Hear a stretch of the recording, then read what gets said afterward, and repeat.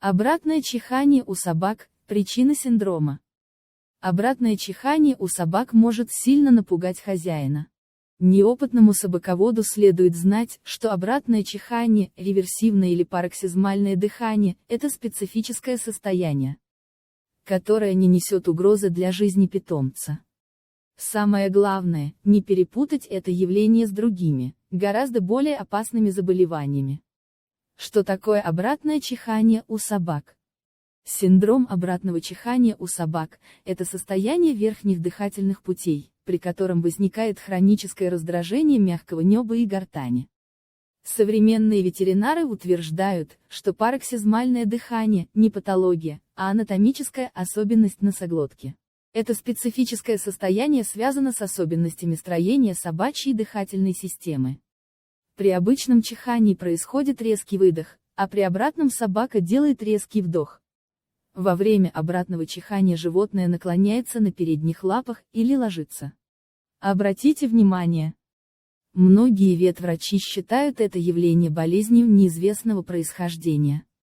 В большинстве случаев обратный чих у собак возникает спонтанно, без видимой причины. Но есть факторы, которые могут спровоцировать приступ. Сильные неприятные запахи.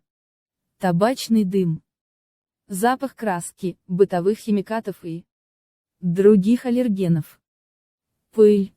Нервный стресс. Перевозбуждение. Волнение. Слишком тугой ошейник, сдавливающий горло. Спешка во время еды или питья, собака может поперхнуться. Анатомические особенности, которые могут стать причиной приступа реверсивного дыхания. Аномальное строение носоглотки. Надгортаник. Периодически прилипает к гортани. Мягкое небо гипертрофировано. Состояние не опасно для жизни, но требует визита к ветеринару. Известны другие причины, вызывающие обратное чихание, но связанные с гораздо более серьезными заболеваниями. Полипы и опухоли в носоглотке. Различные инфекции. Коллапс трахеи. Спадающая трахея. Пневмония. Астма. Болезни зубов, десен, а также желудочно-кишечного тракта.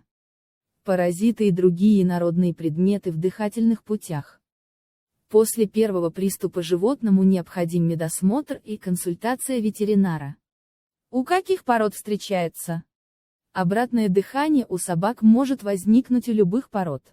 Чаще всего эта особенность встречается у маленьких собачек. К реверсивному дыханию склонны следующие мелкие породы. Йорк, Чихуахуа, Мопс, французский бульдог, Бостон-терьер, Бигль, Ши-Тцу пекинес, Той-терьер. Обратное чихание не связано с породными особенностями, но этому состоянию подвержены брахицефалы, животные с коротким черепом и приплюснутой мордочкой. Важно! Симптомы обратного чихания у мопсов, французских бульдогов и пекинесов легко спутать с признаками брахиоцефального синдрома. Хозяевам таких собак нужно быть очень внимательными. После приступа питомца надо показать врачу. К обратному чиху склонны собаки с короткой мордой. Что происходит с собакой при обратном чихании? Из-за провоцирующего фактора или спонтанно в мягком небе возникает раздражение. В этот момент носоглотка может прилипнуть к гортани. Тогда животное делает несколько судорожных вдохов, похожих на спазмы. Эти резкие вдохи сопровождаются хрипом. Кашель и чихание – естественные механизмы самоочищения верхних дыхательных путей. Когда собака чихает или кашляет, из ее носа и горла удаляются мелкие частицы пыли. Очищению носоглотки способствует как нормальное, так и обратное чихание. Обратите внимание. У многих собак приступ пароксизмального, реверсивного дыхания случается единственный раз в жизни. Ветеринар выяснит причину и поможет облегчить состояние. Как это выглядит? Несмотря на то, что обратный кашель у собак не представляет никакой опасности для жизни и здоровья, вид этого явления может напугать хозяина. Нужно запомнить основные признаки пароксизмального дыхания и уметь его отличать от обычного чихания. Симптомы приступа. Животное стоит, вытянув голову и шею. Может припасть на передние лапы или широко их расставить. Мышцы груди сильно напряжены. Рот немного приоткрыт. Через нос собака делает несколько резких, шумных, судорожных вдохов со звуком, напоминающим хрип или хрюканье. Приступ продолжается от 10 секунд до 1 минуты и проходит самостоятельно. Поведение собаки до приступа и после него никак не меняется. Во время приступа небо прилипает к гортани. Стоит ли обращаться к ветеринарам, если у собаки обратное чихание? Во время приступа обратного чихания можно помочь собаке в домашних условиях. Нужно погладить собаке горло и подбородок. Это рефлекторно стимулирует глотательные мышцы. Благодаря глотанию, мышцы горла расслабляются и дыхание приходит в норму. Придерживая собаке голову, надо закрыть пальцами обе ноздри. Пес откроет рот, чтобы глубоко вдохнуть воздух, и тогда приступ закончится. Можно совместить эти два приема, зажать собаке ноздри и одновременно с этим интенсивно погладить ее по горлу. Руками широко открыть питомцу рот и держать в течение нескольких секунд, чтобы собака сделала вдох. Дунуть животному в ноздри, чтобы прочистить дыхательные пути. Желательно успокаивать собаку во время приступа, после его окончания можно немного поиграть с питомцем, но нельзя заставлять его делать резкие движения. Надо убрать подальше раздражители и аллергены, провоцирующие обратный чих. Можно вывести песика на прогулку, чтобы он подышал свежим воздухом, но не бегал и не прыгал. Лучше всего выйти вместе с питомцем на балкон или просто открыть окно, чтобы проветрить комнату, но не позволять собаке нервничать и суетиться. Нужно погладить питомца по горлу, зажать ему ноздри или открыть рот руками. Поскольку реверсивное дыхание не считается опасной патологией, то лечение, как правило, не назначается. Проводится тщательная диагностика, позволяющая узнать причину этого состояния. Крайне важно выяснить, нет ли у собаки тяжелых патологий и заболеваний. Если ветеринар выяснил причину приступа, он назначает лечение.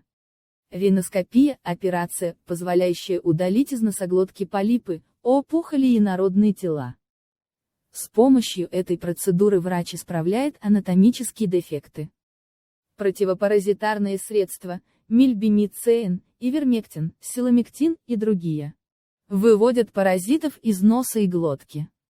Антигистаминные лекарства назначаются при подтвержденной аллергии.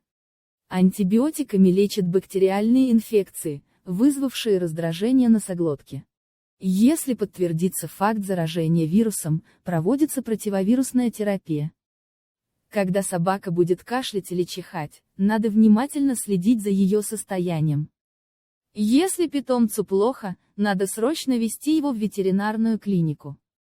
Собак мелких пород с короткой мордой, особенно мопсов, пекинесов и французских бульдогов, нужно обследовать очень тщательно. У них часто под обратным чиханием маскируются более опасные заболевания. Это связано с некоторыми отличительными чертами брахицеефалических пород. Консультация ветеринара необходима. Есть случаи, когда обращаться к ветеринару надо как можно скорее. Кроме обратного чихания у животного, наблюдаются выделения из носа, кашель и обычное чихание. Особенно нужно насторожиться, если это кровянистые или гнойные выделения. Приступы пароксизмального дыхания случаются часто. Питомец теряет сознание, его язык и слизистые становятся бледными или синеватыми. Пароксизмальное дыхание невозможно купировать в домашних условиях. Приступ продолжается слишком долго, дольше 1-2 минут. Желательно посетить ветеринара в любом случае сразу после первого приступа. Врач проведет тщательное обследование неба, гортани и глотки, при необходимости назначит лечение. Даже если на установление диагноза потребуется много времени, это позволит сохранить питомцу здоровье и жизнь. Пароксизмальное дыхание способно доставить много неприятностей собакам и их хозяевам. Тем не менее угрозы для жизни оно не представляет. После первого приступа нужно обратиться к ветеринару и следовать его рекомендациям. При необходимости он назначит лечение.